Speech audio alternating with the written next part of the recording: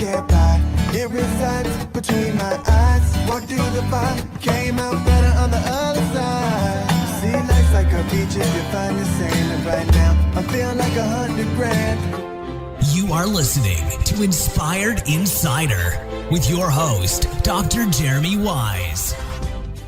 Dr. Jeremy Wise here, founder of InspiredInsider.com, where I talk with inspirational entrepreneurs and leaders. Today is no different. We have Ronen Menipaz of M51. Before I formally introduce Ronen, I like to talk about other episodes people should check out. Since this is part of the Top Israeli Business Leaders series, check out the other ones I've had. I had Moise Navon of Mobileye, Yuri Adoni, Laron Rose, who is actually also on Ronen's podcast, Yossi Vardy, John Medved of Our Crowd, and many more. So check them out. And this episode is brought to you by Rise 25. At Rise 25, we help businesses give to and connect to their Dream 100 relationships and partnerships. And we do that by helping you run your podcast. You know, for me, Ronen, the number one thing in my life is relationships. I'm always looking at ways to give to my best relationships, profile them, their thought leadership, their company, and what they're working on my podcast. So, you know, if you've thought about podcasting, you should. And if you have questions, go to rise25.com and email us anything that you want. My business partner and I have been podcasting both for over a decade. Support at rise25.com. Check it out. Today, we have Ronen Menipaz, is an Israeli investor, entrepreneur, tech advisor. He's been a founder in the entertainment, ad tech, fintech space with over 25 years of entrepreneurial experience. He's a CEO and founder of M51 Entrepreneur Labs, a private equity company located in Tel Aviv, Israel. And the company helps empower Israeli entrepreneurs by investing M51's time, think power, and network of resources. And he's got a treasure trove of experience and stories from startups to companies going public to being sold to much more. So, Ronen, thanks for joining me. Thank you so much. Thank you. You forgot saying that I'm really nice too.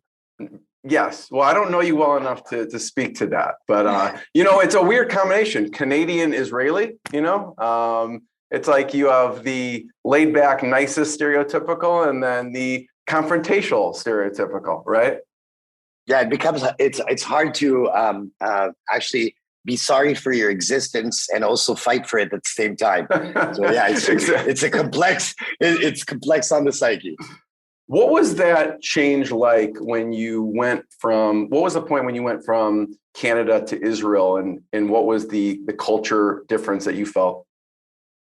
Yeah, so there's a thing where when I came here too because I was raised in Canada, and what's amazing about that is meeting Jews is like finding a diamond in the rough, right? But not in a bad way. It's just something that you appreciate a lot, that you have a common ground with.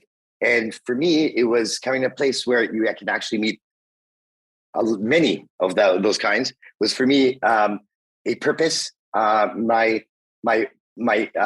descendant of people who built this country or went from the Holocaust. So I was young and excited to be in the army. So I came here like the high school later stages, and I want to do the army thing and stuff, and people to be a part of that community, because it was something very important to me.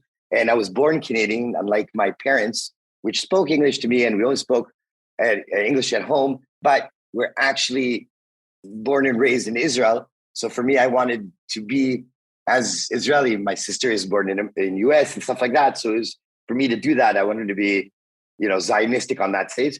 Moving here was insanely hard.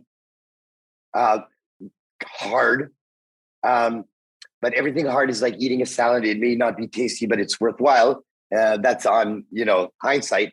But I literally came from a place where it was a public school where we had like ice hockey in the recess and pizza day and whatever, to a place where it was no air conditioning, 2 TV channels instead of 300, not knowing the language. And I used to collect cards and trade them. And here there was a game where you it was on quantity, not on quality. So they would pack them up and clap their hands to make them roll over and one. And I would see cards that are worth money and they didn't have a Beckett here. And I was like, what's going on? So I felt like a little bit like McFly going back because it was a pivot point. It was like in the late 90s. So what happened was it was right before the bubble. So I think 2003 would help me out a little bit. So it was like on that change, I didn't have a cell phone and it came, everything happened. So it managed down, but I was thrown out like literally from every school. And not because I was really problematic, just because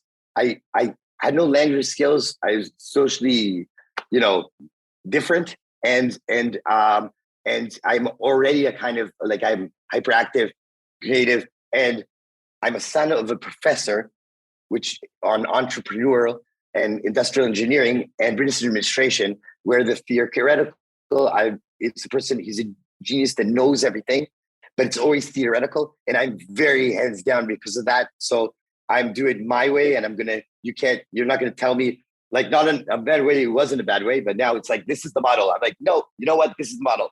And then, so also that typecast on it, I had like literally 7 schools. I one time did physics, they threw me out. I did music, I threw that. So I really wasn't, it didn't work that well. It wasn't that seamless, I guess you could say. What was your first? I didn't finish school. What was the first? You feel like your real entrepreneurial company? Fast forward through trading cards or anything like that. It feels like you always kind of had the sense you were an entrepreneur even before it was glorified. I sort of actually, maybe today I own it that I could have done something differently, but I felt like there's no way in hell I would get a job. Or I wasn't smart and I wasn't talented. So I had to make my own pathway. And the first thing was actually, there's one of two. The first feedback I got was by selling vacuum cleaners from door to door when I was 16 to get money. And it was something great because it took away my ego and it made me a lot more social approachable because it's an impossible thing to sell a $2,500 Kirby vacuum cleaner by knocking by doors, okay, and getting in and showing them how it works, okay? You have about 6 seconds. That's not even an elevator pitch. And it's 100% negativity. So you have to flip that switch really quickly. And even then, you have about an hour and a half to sell $2,500, which I, even now in hindsight, if I'm not young and really energetic, I think today I would not be able to do that. But it really helped me because the persistent side, I was actually doing better and I didn't quit till I did good. And I had my own employees, which reached me to the second thing. My real entrepreneurship, first one, is to solve a problem. I was unpopular and I had time on hands kicking out of school. And I really wanted to be popular because I had no language. I needed to have a superpower. It's not that I didn't have money. My parents are great. They helped me out, but I didn't have especially amount. I wasn't especially good looking. I didn't think I was smart and charismatic. And, I solved that because it made me sad not to be popular. And I wanted to also kiss a girl or, any normal KPI that you have when you're younger. So I did a birthday. Spoken like a true investor, a KPI when it comes to women. But yeah, keep going. Like how do I do that? So what I did is I opened up a club, like a place, which was actually a chicken coop in a kibbutz. And I persuaded the kibbutz to split the profits, which I don't even know how I said that then. I just said let's just, share the profits, whatever. And I told them we would do free because it's non-alcoholic in the beginning, free whatever. And they pay an entrance and we bring a DJ and the chicken coop had no chickens. It was just laying there. So they said, you know what, let's do it. And it started off with my birthday, which I brought probably a few tens of people. And if you fast forward to 4 or 5 weeks, when you do a club for people who don't have any other options, and you're very persistent on starting to get it, and you're not looking. I wasn't talking about potential. I was dividing whatever I had just to make it work, right? Because it was for a different KPI, right? So fast forward, it was one of the first clubs in like that had selection in the entrance. It became a place for 3,000 children per week. Children, Wow. sorry, and it also was in 17. I had Thursdays was for college people, okay, which was my place. Literally, people were 5 years older than me, or 7. There was 30-year-olds and whatever. It was so packed that we had to do the selection of cars. It was before they legalized this, so we would actually say, "Oh, 5 men in a car with a Peugeot, no, thank you," and they would take a secret password. And we built like a summer place or whatever. It was they have a newspaper called Haaretz, which is the 7th biggest newspaper in Israel. That was the second income after the club for the kibbutz. Okay, and it was like cash based. I had no idea what I'm doing. Like there's a whole story about that side to that. But literally, it was like if I would make about $10,000 a week in the beginning, it was like me making $1 billion today. It was insane, and I hit that KPI. It was pretty good popularity on the side, and that was really my first like from nothing making something idea. Something came out, and my first positive feedback that that I did something and I owned it. So like owned it for myself. I want to get to M51 in a second. And what you look for when someone is pitching you their idea and themselves. But before I have you answer that, I'm really curious, Ronen, about, you said, with the vacuum cleaner sales. I mean, that really puts hair in your chest, to do that. And it's a lot of rejection. And you said it's not even an elevator pitch. It's like you have 5 seconds or less. What did you do at that point to get in the door? What were some things that worked? Within that split second, they see you, they're like, slam the door or let you in. Yeah, so I A/B tested that. And the trick that worked most is this. When I knocked on the door, I had a calculator in my hand and the vacuum cleaner under my armpit. And usually because I was a little in age, I was also shorter than most of the people who answered the door. So when they did that, I would hand the calculator and go under the arm, which was probably holding the door, and start vacuuming as fast as I can on the battery, which holds about 7 minutes, and start talking like this was supposed to happen and we had a meeting, which today I wouldn't do because I don't know the guts and I understand how inappropriate it is. But it got me to sales where about at least 80% did not throw me out, at least 50% heard me out, and about 10%, maybe 7% would actually purchase the product, meeting it would give a handout like the beginning, the $500 I'm thinking about it thing, which for me that was the KPI, and it took less than 7 seconds to do that. Love it. So I'm curious of a story, because you probably get pitched a lot of companies contact you wanting to work with you and the other founders, but what was a case where you heard someone's pitch and what they were up to, you passed, it wasn't a fit, and they came back to you, and then you decided it was a fit? Well, okay, so I'll tell this. The way we market, just to understand the context, is helping entrepreneurs no matter what. So the pitches themselves is the way we market, because entrepreneurs, there's not a time where you can find an entrepreneur. They need to need you, so you need to be top of mind. So all our marketing efforts are to try to meet as much as possible, not for a no or yes. And the answer to that question would be, it would never fall because I passed on something that I liked. Okay. It would usually mean that they passed on me, but I still wanted to work with them and work together. Right. So it wouldn't happen because then I would just say, I have no time to do that respectively. Okay. Which doesn't mean I passed on the offer because I thought it was good. Right. So that's a new story. But there are times which is even harder for me, I think, because it's getting a no, right? And then coming back and not maximizing on the deal, but closing the deal, although you know that the options are less because they didn't want you in the beginning. So an example for that is there was a company where it is called Ovivo, which is a gaming company, where they were amazing entrepreneurs. It was very well planned. It was an exciting trend. we only take things that we have active impact on.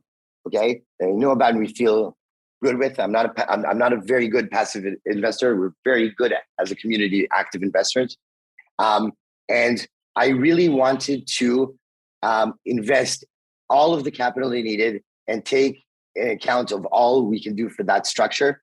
Okay, and try to do a real deal, and for them to take us instead of saying round A, round B, round C.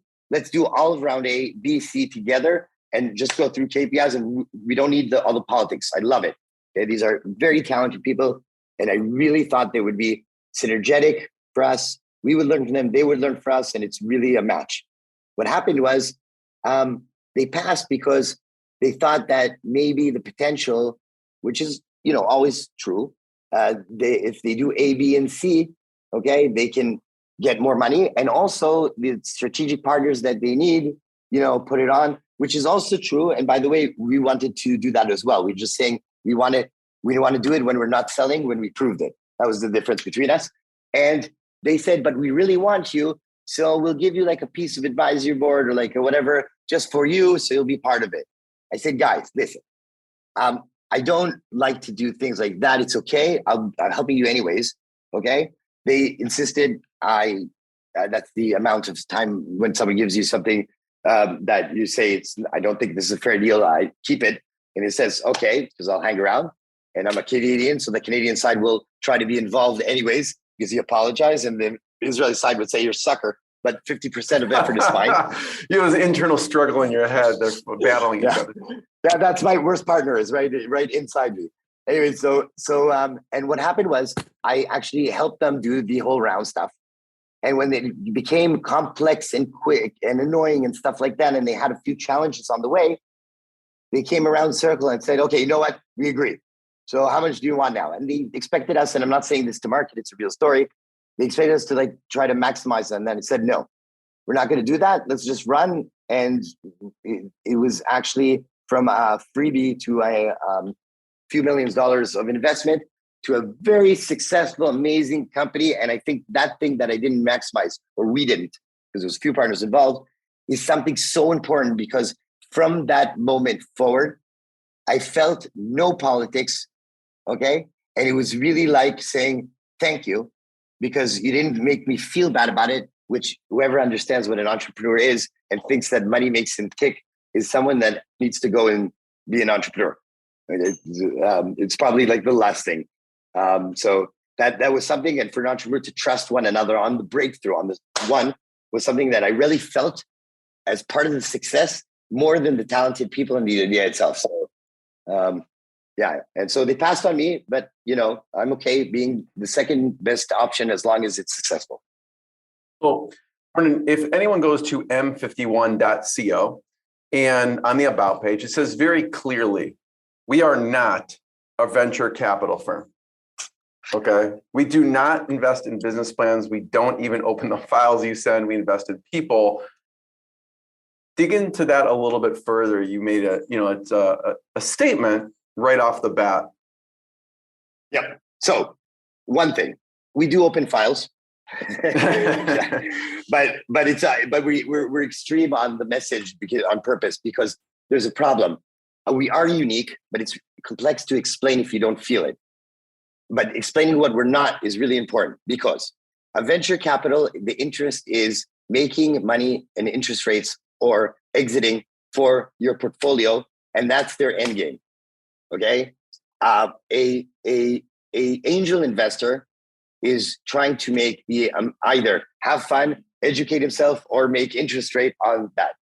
And here's what we're not. What we're not. We do not want an exit strategy. Exit for us is amazing, but it's a fallback, because you 3 reasons to do an exit. 1, you're sick of the business and you don't like your partners. 2, you don't believe in yourself that you can grow, okay? And you can't do it without the bigger company getting you, okay? And 3, you don't like what you're doing anymore. There's a 4 of ego wanting in the newspaper, but it can't be like, I can't believe that it's just that. But those reasons are exit. So it's a fallback strategy, where I always have a fallback strategy, because as an investor, an entrepreneur, I got hit so hard sometimes that you have to know how much you're willing to risk and why. Okay. And you make your own rules. So that's important because we're in the same interest, I think, of someone who's passionate, because what we want is a vehicle. We want that to rise. It doesn't matter if it pivots, and that's the people. It's what you do with it, not in the beginning, but throughout the lifetime. And we want people who enjoy they enjoy their partners, they believe in themselves, right? And they're not going to be sick of their own vehicle. And so for us, that's that. And we're not looking for liquidity. And we have a community that we know that that money, it's not that there's going to be an interest to make ROI on that or someone pushing behind that. So that's what we're not. That's why we're active. We're not good as if you're a Mustang horse and you want it done your way, then we just want to be with impact. That's not what we want to control, and we want to be a part of it because we're young, energetic, and we have time. And being an investor is really boring. So, so we do things that we love, and we want them to have fun here as well. What is the criteria you look for? Who is a fit for M51? Okay, so who is a fit on M51? So that's a great question. So instead of getting into exactly who, there's a few characteristics. I call them real life superpowers. Okay, that are a must. There's a lot of things that it depends, it differs, but there's a must. One, optimism. We will not touch someone who is negative as an entrepreneur. We will not touch someone who is a non-optimist. Like, for many reasons, it's a 100% no deal. Two, there is a real pain to solve either an own problem or a specialty or something not in the idea, okay, but in it's a passion, but it's something that for him, he committed out loud to his family, to himself, to other people.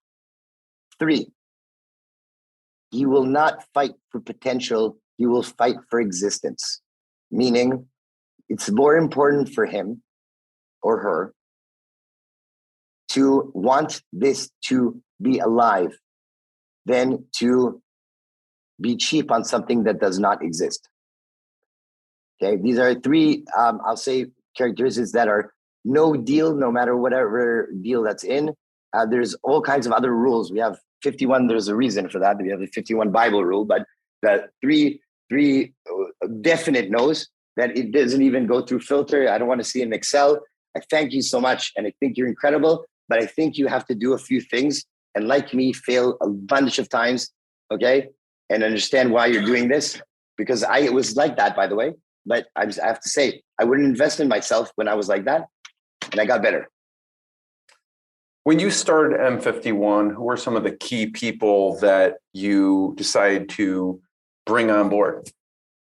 Everybody except for me. Like, I understand. This is how I see the world. The world is me. I'm a multiplier of 1 in NASDAQ. I'm worth myself. Okay. Now the deal is how much multipliers around me that I can be exponentially having the growth. So I'm always worth 1. So the key was the people who are behind me, which are the Weitzman family, which were with me on the exits that I did in the beginning on the high tech, which are incredible. They come together with, someone that I met there called the King Gabai, which is an insanely talented, brilliant person. Also, they are brilliant. And that's, having no impact on a certain business, but having those people on the way to learn from their fails and their structures, and just picking, those little fruits on the way were a must. A few people that had various different exits or success and failures with me. I have something that I'm very proud of, which is really stupid fact, but I like it because I'm a journey person. That's the destination is my proof. I'm not that old yet. I'm about 40 and 24 years from my first incorporated company, like the real and not the smaller companies. And for me to say one thing, I do not remember. No, you know what? That's just how you're saying it. I have no partner that I left him with. Either he hit his KPI and where we wanted to be. 2, the business itself. 3, he became better lifestyle. 4, he he wished for something or more professional, or add just a little of impact that was positive. Even if I failed with him a few times, for me, it was my responsibility. I don't have one partner. I have businesses that didn't succeed a lot, but I don't have a partner. So that asking the question is, those people that had those successes that know that I'm a marathon person, then, there's something about the beginning of something. You need people to be like a speakerphone because you hit yourself all the time. So those people who believed in me and are successful entrepreneurs that could actually help me have those relationships, which is Yaniv and it's Tal and it's Andre and it's Tomer and like, I have a list, but the community was people who already knew before, and it was a lifesaver on that side, and they were very key. I want to talk about, Ronen, some of the podcast episodes, some of the people you've had on the podcast, and I wanted to start with your brother and what you've learned from your brother, specifically around culture. As my story that you heard in the beginning, I was definitely not the most talented and the most matching. I actually thought for a while that I was the son of a milkman or something, because we have a very big diversity of types of family. We do have a gigantic common denominator after I learned that, but as siblings, you are competitive. But I have to say, I have an incredibly trying to be empowering and empathetic family, which I didn't appreciate as much as I do today. Now that I'm a father, I understand that, holy shit, you guys are great, which I saw as a minus before because it was my fault. I changed cultures. So here I'm getting to my brother. My brother is academically very good. He's an amazing people person. He's a great manager, and he is a great learner of methods, meaning my dad, as opposed to me doing it my way, he was very good at adapting and learning and thinking methodically. His career was, he stayed overseas, like my husband family, and he studied like INSEAD, McKinsey, worked for Yossi Vardi and Uzziah Galil and venture capital. Then he was CEO of eBay Israel, VP of eBay US, and today VP of the biggest agri-tech company, Indigo. After like 10 years as the VP and different like data science and marketing and stuff like that, I did everything there. But his superpower is this. So because he was born in Israel, raised in the US, raised in Canada, studied in France, worked in Portugal, worked in London, worked in China, worked in Israel. He's a very good learner of also like the empathetic part, the people person, pleaser, okay? And methods and thinking, specifically on methodological, plus knowing the languages and never having like a certain home being like that global thing in the years of the 90s, okay? He actually was really intrigued and passionate about cultures because his end job was doing not like venture capitalist normal things, but acquiring giant companies and implementing and stuff like that. And he was amazing at it on the sense that deals are made mostly psychologically and on trust and stuff like that. And the culture gaps between that. So he had the common denominator, and he always had a method to get in. And him and my father wrote a book about it where they already have like a model or equation of what type of industry you're in and what is the next branch you should open by culture gaps on a number base. Funny enough, and this wasn't for the podcast, but this is it. International business, it's called. Right. So they have this amazing graph of an equation. Where can people all get kinds it? of things? Right. Anywhere. It's like it's online, it's digital, it's not digital, it's hard copied, it's translated. So they would just look up literally, international business and Ronen Menipaz. Amit and Professor Ronen Menipaz, which is my father. Yeah. And and just for the listeners to understand, my dad was here and I didn't have the book, and I thought about it, how disappointing that is as a son. So I have that book. It wasn't for the podcast. This was total like non-planned.